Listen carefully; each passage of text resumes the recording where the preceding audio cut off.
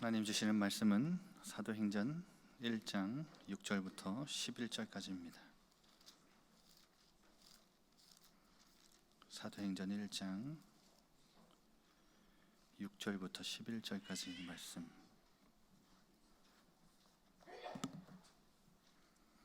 제가 봉독해 드리겠습니다. 그들이 모였을 때에 예수께 여쭈어 이르되 주께서 이스라엘 나라를 회복하심이 이때니까 하니 이르시되 때와 시기는 아버지께서 자기의 권한에 두셨으니 너희가 알 바 아니요 오직 성령이 너희에게 임하시면 너희가 권능을 받고 예루살렘과 온 유대와 사마리아와 땅끝까지 이르러 내 증인이 되리라 하시니라. 이 말씀을 마치시고 그들이 보는데 올려져 가시니 구름이 그를 가리어 보이지 않게 하더라. 올라가실 때에 제자들이 자세히 하늘을 쳐다보고 있는데 흰 옷 입은 두 사람이 그들 곁에 서서 이르되 갈릴리 사람들아 어찌하여 서서 하늘을 쳐다보느냐. 너희 가운데서 하늘로 올려지신 이 예수는 하늘로 가심을 본 그대로 오시리라 하였느니라.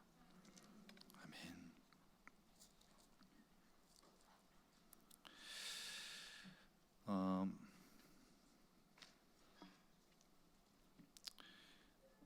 우리가 받은 구원이 당연하다고 여러분 느껴지시고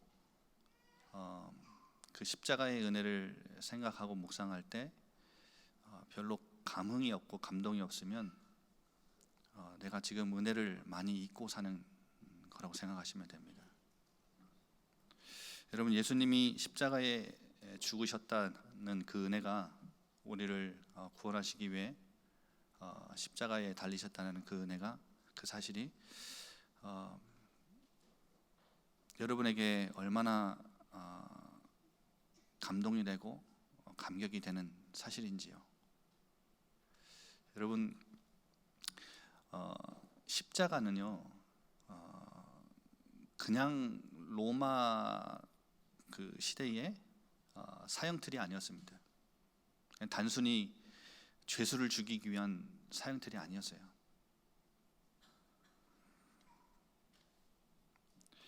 여러분, 우리 인생의 가장 인간이 극도의 고통과 괴로움을 당하는 순간이 언제냐면 죽음을 앞두고 있을 때죠. 그런데 이 십자가는 얼마나 잔혹한 형벌이고 처형이냐면 여러분, 그 십자가에 매달 때 손에다가 박는 게 아니라, 못을 박는 게 아니라 손목에다가 박습니다. 근데 이 손목에다 십자가를 박을 때 이 동맥과 정맥을 교묘하게 피해서 이제 못을 박아요. 그리고 발에도 이제 두 발을 모아서 십자가에 이제 못을 박는데 까치발을 들고, 이제 두 발을 까치발을 들고 그 위에다가 이제 못을 박는데, 이제 까치발을 들고 이제 약간은 서 있을 수 있게 발판을 아래 이렇게 조그맣게 공간을 이렇게 마련해 준다고 합니다. 그래서 여러분, 대부분 십자가로 우리가 그 돌아가신 예수님 생각하면 피 흘려서 돌아가셨다고 생각하시잖아요. 그런데 십자가는 과다출혈로 죽는 그 처형이 아니에요. 십자가는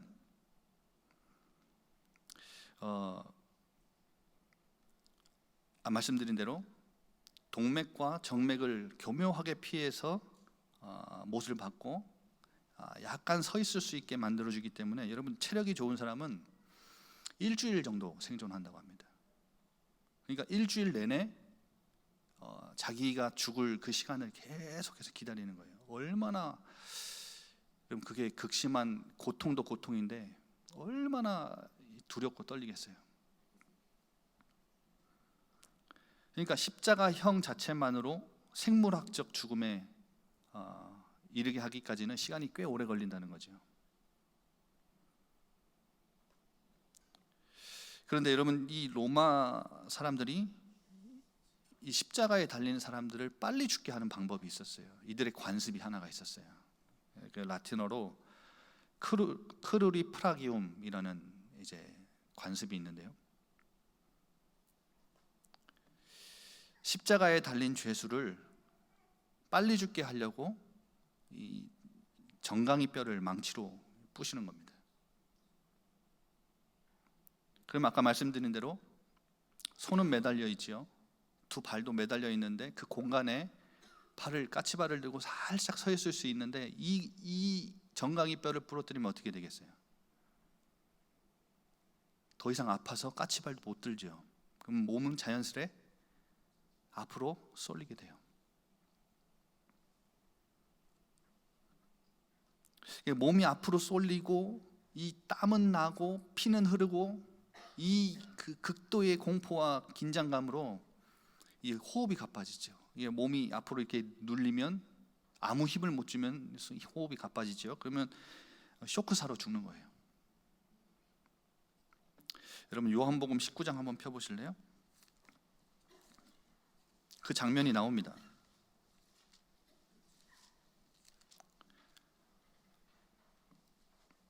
요한복음 19장 31절에 보면 예수님을 매달았잖아요.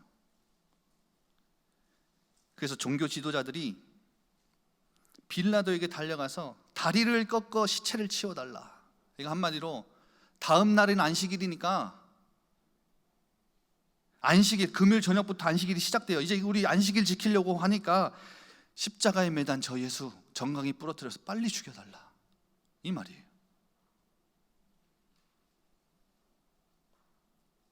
빌라도에게 요청을 하는데 여러분 19장 32절 군인들이 가서 예수와 함께 못 박힌 첫째 사람과 그 또 다른 사람의 다리를 꺾지요. 망치로 정강이를 부신 거예요. 그런데 여러분 33절 보세요. 예수님은 어떻게 했다고요? 이미 돌아가셨어요. 숨을 거두셨어요. 그래서 다리를 꺾지 않지요. 그런데 여러분 다리를 꺾지 않고 뭐 하죠? 로마 군인이 옆구리에 창을 찔러 죽었는지 안 죽었는지 마지막으로 확인을 하는 거예요. 물과 피를 쏟으시죠. 여러분 그런데 보면 참 우리가 말씀을 붙잡아야 된다는 이유가 여기 있는 거예요. 여러분 이 말씀이 뭐 때문에 그런 거예요? 36절에 보면 그 뼈가 하나도 꺾이지 아니하리라 한 성경을 응하게 하려. 구약 성경에 이게 다 예언되어 있는 일이에요.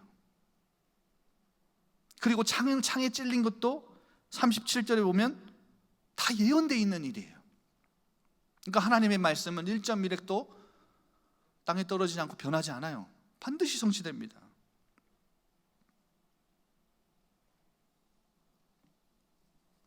그런데 중요한 것은 제가 말씀드리고 싶은 게 이거예요. 여러분 예수님은 다리가 꺾이지 않고 돌아가셨어요. 왜 그러면 옆에 강도들은 살아있는데 예수님은 돌아가셨냐? 예수님은 모진 고통을 다 받으셨죠.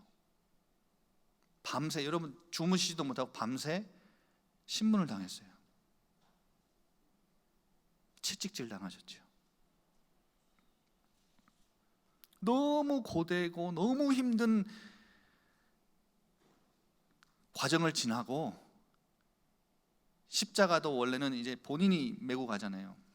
그러니까 세로 가로가 있으면 이 세로 짧은 세로를 가로 말고 세로 긴 세로 나무를 본인이 직접 메고 가게 합니다. 그런데 예수님이 얼마나 힘이 빠지셨냐면 그걸 지고 올라가시는데 못하니까 로마 군사들이 아무나 데려다가 십자가를 지게 하잖아요.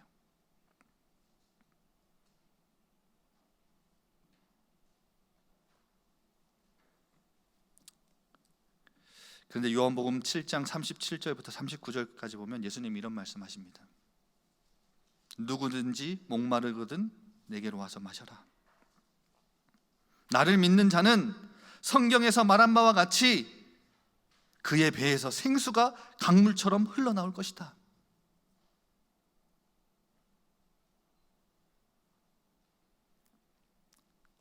생명수 대신 예수님이 우리를 위해, 우리를 구원하시기 위해 모진 고통, 심판 다 당하시고 십자가에서 목마르다 하시며 죽으셨고 옆구리에 창이 찔려 물과 피를 다 쏟으셨어요. 그런데 여러분 39절에 뭐라고 되어 있죠? 이 물은, 예수님의 배에서 나오는 이 물은 뭐예요? 예수를 믿는 사람들이 받게 될 성령을 가리키신 것이다.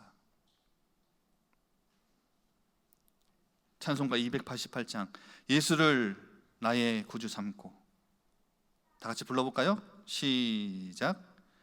예수를 나의 구주 삼고 성령과 피로써 거듭난, 성령과 피로써 거듭나니, 예수님이 쏟으신 물이 성령이에요. 한마디로 예수님이 그리스도 되신 것을 믿고 주인으로, 내 인생의 구주로 영접한 사람은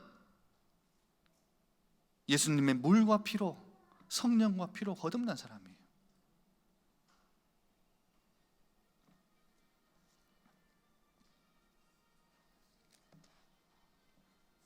여러분, 오늘 예수님께서 본문에 주신 말씀이, 그 이 말씀의 축복과 응답이 누구의 것이라는 거예요? 우리 거라는 거예요. 우리 거. 그의 피와 성령으로 거듭난, 구원받은 우리에게 이미 주신 축복이고 응답이라는 거예요.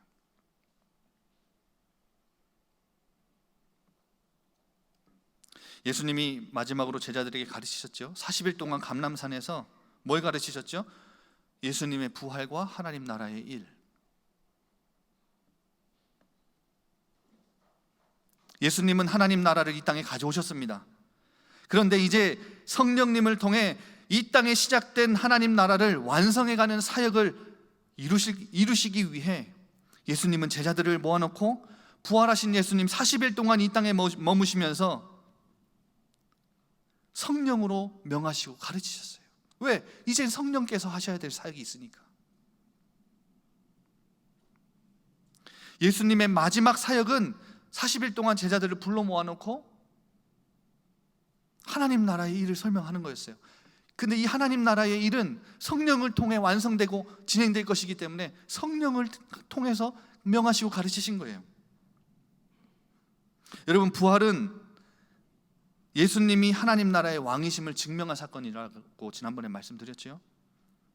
그런데 여러분, 예수님은 이제 이 지상에서의 왕노릇을 마치고 이 천상에 올라가실 거예요. 천상에서 왕노릇 하실 거예요. 그런데 그 왕의 역할을 이 땅에서 대행하시는 분이 누구냐? 성령님이에요. 그 성령님께 붙들린 제자들을 통해서 하나님은 하나님 나라를 계속해서 이 땅에 예수님 통해 시작된 하나님 나라를 확장하고 완성해 가실 거예요. 그래서 예수님은 마지막까지 제자들에게 반복하고 또 강조한 게 뭐냐면, 아버지께서 약속하신 성령님을 기다려. 메시아 시대, 새 언약 시대의 특징은 바로 성령님입니다. 여러분, 성령님을 통해서 하나님이 통치하신다는, 지금 하나님 나라를 확장해 가신다는 강력한 증거들이 성령님을 통해 일어나는 거예요. 그래서 여러분, 예수님은 이 수업을 마치시고, 여러분 원래 저희가 수업을 받으면 뭘 하죠? 교수님들이 수업 끝나면 뭘 해요?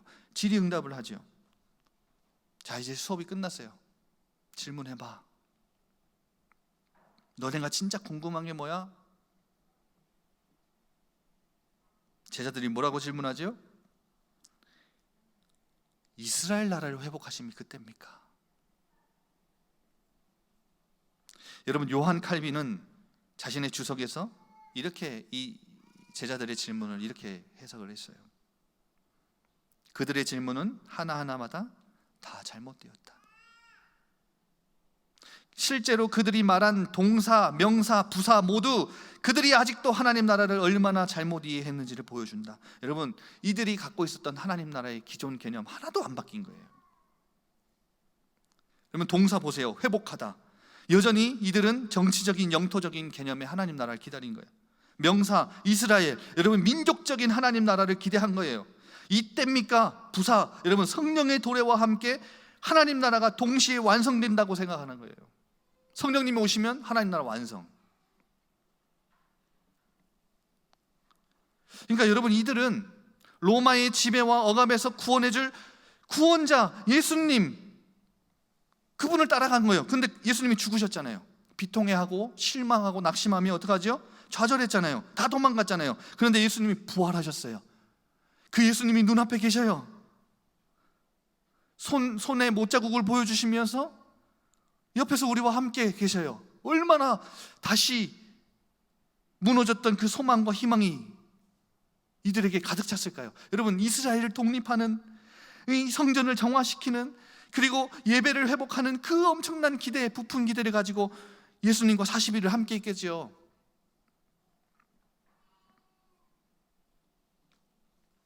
여러분, 우리 같으면 무슨 질문을 했을까요? 여러분 같으면 무슨 질문 하실래요?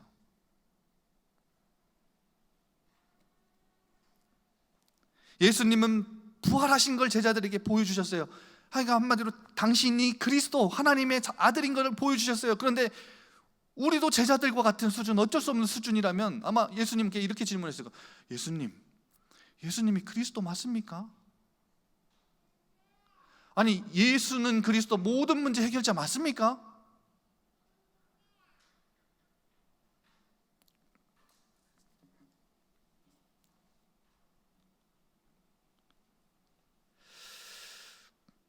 성령님이 뭡니까? 그러면 성령님을 받았다고 뭐가 되겠습니까? 우리 같은 사람한테. 아니, 나 먹고 살기도 바쁜데 하나님 나라 그거 나 잘 먹고 잘 살게 해주는 겁니까? 우리 수준에서는 그렇게 질문했을 거예요. 지금 제자들이 그런 수준에서 질문하고 있는 거예요. 성령님이 임하시면 내 문제 사라집니까? 성령님이 임하시면 우리 가정, 내 자녀, 우리 교회 규모가 커지고 고생 끝 행복 시작입니까? 우리 수준에서의 질문, 이런 질문이었을 거예요. 우리가 제자들과 같이 고작 한다는 질문이 그런 질문이었을 거예요.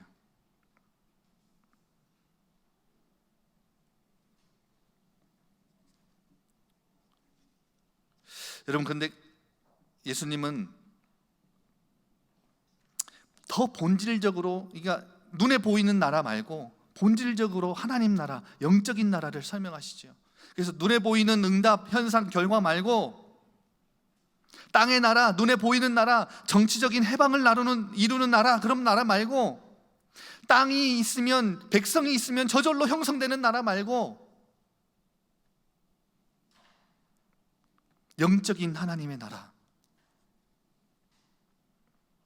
그걸 또 마지막으로 설명하시는 거예요. 여러분 기억하십시오. 예수님의 대답이 이렇습니다. 때와 시기는 아버지께서 뭐예요? 자기의 권한에 두셨으니 너희가 알 바 아니다.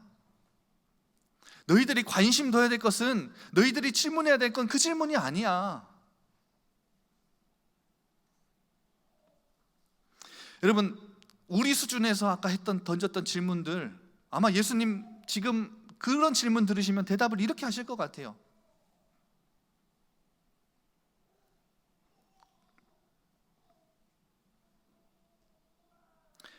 너 참 선지자인 나 그리스도를 통해서 하나님 만났잖아. 그래서 여러분, 예수는 그리스도 모든 문제 해결자라는 말은 우리 인생에 문제가 안 올 거란 말이 아니라 어떤 문제가 와도 괜찮다는 말이에요. 여러분, 이게 믿어지십니까? 어떤 문제가 와도 괜찮다. 왜냐? 달려갈 수 있는 곳이 있잖아요. 아빠 아버지 하면서 넘어져도 깨지고 다치고 막 피 질질 흘려도 달려갈 수 있는 곳이 있잖아요. 그게 그리스도를 통해서 우리에게 주어진 축복이에요. 하나님 만남.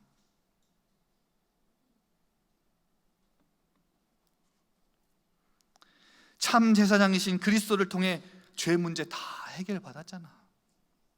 더 이상, 여러분, 우리가 진짜 죄에 대한 확신, 죄 사함에 대한 확신 갖고 있으면 여러분 죄책감에 너무 시달리지 마세요. 우리 주님은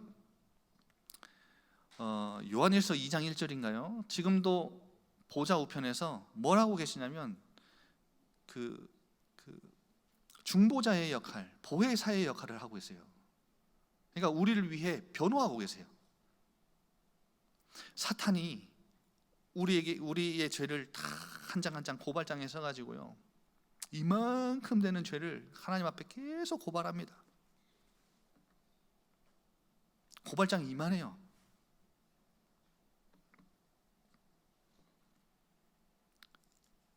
우리 재판장 되신 하나님은 다 그 죄를 다 들으시고 뭘 하시냐면 변호사에게 물으시죠. 자, 최후 변론하십시오. 우리 주님은 하나님 보좌 우편에서 지금도 그 일하고 계세요. 이 땅에서 십자가에서 죄 문제 끝내고 그냥 끝나신 게 아니라 보좌 우편에서 지금도 저 박성 사는 죄가 없습니다. 하나님 재판장 앞에서 열심히 일하고 계세요. 그러면 무슨 근거로 그렇게 박성산 죄가 없다고 말을 하느냐? 두 손을 보이시며 그는 나의 십자가의 보혈을 믿는 사람입니다. 그는 나를 믿는 사람입니다. 내 피가 그의 죄를 다 사했습니다.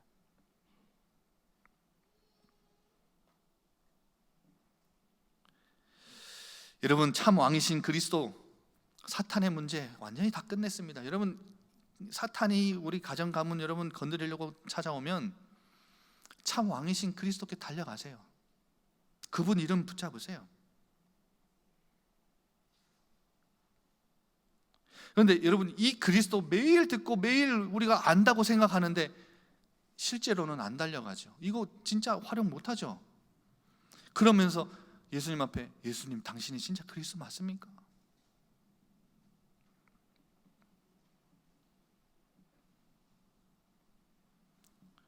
성령님이 임하시면 내 문제 해결되는 겁니까?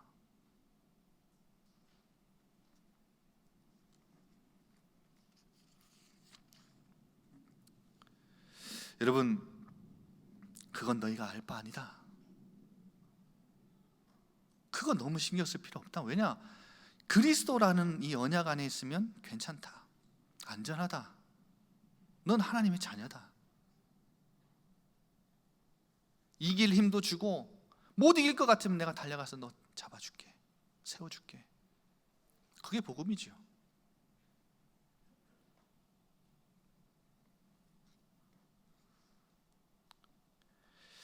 거기에 신경 쓰지 말고 뭐라고 말씀하세요? 8절에 오직 성령이 너희에게 임하시면. 그러니까 한마디로 여러분, 하나님 나라를 세우는데 필요한 것이 무엇이냐면 인간의 권능이 아니라는 거예요. 강력한 군사력으로 나라를 세우는 거 아니고 뛰어난 정보력, 탁월한 지도자, 정치적인 혁명, 군사적인 반란, 전쟁도 아니고 정치, 사회, 경제, 제도 개편도 아니에요. 한마디로 네 문제 그거 해결하려고 네 수준, 능력, 배경, 지식, 경험, 잘남 그거 필요 없어. 뭐로만이 하나님 나라를 세울 수 있다는 거예요? 성령님의 권능. 우리 힘으로는 우리 문제, 그 조그만한 문제 하나도 해결 못해요. 뭘로만 할 수 있다고요? 성령님의 권능. 그래서 오직이에요, 여러분. 그래서 오직. 여러분, 이제 얼마 남지 않은 이제 교육위원회 여름 성령학교 이제 마지막 이번 주가 되면 다 마무리되지요. 후대들 가운데도 우리가 하나님 나라, 미래를 책임질 우리 후대들에게 하나님 나라가 임하게 하는 것은, 여러분, 하나님 나라를 임하게 하려면 뭐가 필요해요? 성령님의 권능. 여러분, 성령님은 예수님이 그리스도 되시고 하나님 아들이심을 증언하시는 분이에요. 그러니까 우리 교육자들이 예수 그리스도 막 앞에서 재밌게 신나게 잘 가르쳐야 아이들이 그래, 예수는 그리스도구나, 모든 문제가 이거 붙잡는 게 아니라 그 안에 성령님이 역사하셔야 렘넌트들이 그거구나, 그렇구나.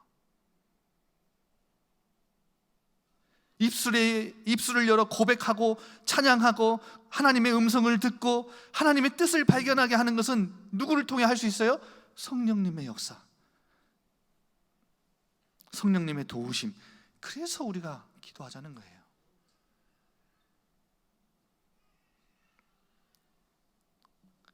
여러분, 성령님의 충만하심을 구하십시오. 성령님의 인도하심을 구하십시오. 성령님이 역사하시기를 구하십시오. 그리스도인은 아까 앞에 말씀드린 대로 성령과 피로 구원받았습니다. 성령 하나님 우리 안에 계십니다. 그런데 문제는 뭐냐면 이 성령님을 얼마나 의지하느냐, 얼마나 오직하느냐. 오직이냐, 아니면 이것도 되고 저것도 되고 혼합이냐.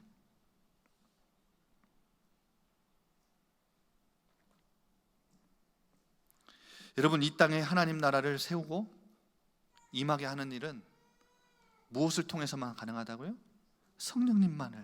성령님의 권능으로만 가능해요. 그래서 오직이에요.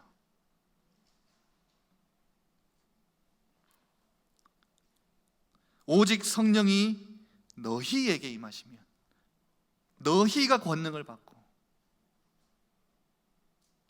이 성령님의 권능을 받은 너희 교회, 성령님의 임재로 시작되는 이 공동체, 사도행전 2장에 이제 그 성령님이 임하시죠. 여러분, 성령님의 권능이 충만한 교회, 그래서 성령님께서 거침없이 일하시고 자유롭게 역사하시고 인도하시는 대로 끌려가는 공동체, 그게 바로 교회예요. 그런데 예수님이 그 뒤에 이어서 말씀하신 것, 예루살렘과 온 유대와 사마리아와 땅끝까지 이르러 내 증인이 되리라. 뭐예요? 여러분, 교회는 예수 그리스도 중심으로 바깥에서 안으로 이 구심력적인 교회, 그러니까 예수님 중심으로 모이는 교회. 그런데 여러분, 여기에 머물러서는 안 됩니다. 뭐예요? 원심력적인 교회. 바깥에서 안으로 들어오는 구심력적인 교회, 이것이 교회 공동체인데, 거기 머물지 않고 중심에서, 가장 그 중심 안에서 바깥으로 나가는, 흩어지는 교회, 원심력적인 교회, 세상을 향해 나아가는 교회, 지역과 민족과 나라를 넘어 땅끝까지 그리스도를 증거하는 교회. 그래서 여러분, 성령님의 인도하심을 받는, 성령님이 거침없이 역사하시고 자유롭게 역사하시는 교회는 절대 폐쇄적일 수가 없습니다. 우리끼리 절대 그럴 수가 없습니다. 자기 충족적인 공동체가 될 수가 없습니다. 자기 유익만 밝히고 자기 발전만 밝히고 그것만 도모하고 세상적인 성공을 추구하는 공동체가 될 수 없습니다. 성령님이 인도하시는 교회는 그런 교회가 될 수 없습니다. 한마디로 오늘 말씀하신 것은 나를 넘고 지역을 넘고 민족을 넘고 나라를 넘는 성령님의 권능을 받는 너희 교회, 담을 넘고 경계를 허무는 공동체, 이런 교회가 되길 바랍니다. 이 말씀을 마치시고 예수님 올라가셨죠. 제자들이 한참을 서서 자세히 하늘만 보고 있어요.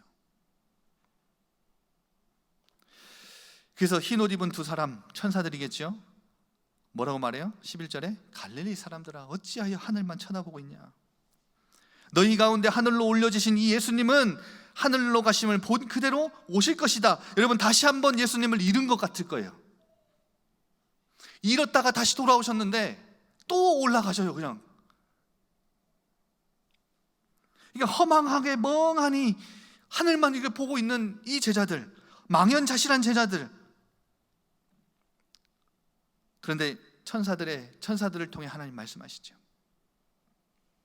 하늘로 올려지신 이 예수는 너희가 본 그대로, 하늘로 올라가신 그대로 다시 오실 것이다.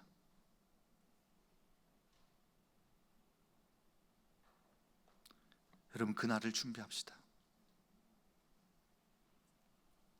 여러분, 이 약속 붙잡고 올라가신 예수님 다시 내려오실 그 약속 붙잡고 온갖 핍박이 사자의 밥이 되고, 여러분, 그 경기장의 밥이 됐던 그 지하에 숨어 들어가서 카타콤에서 신앙생활했던 초대교회의 인사가 있지요.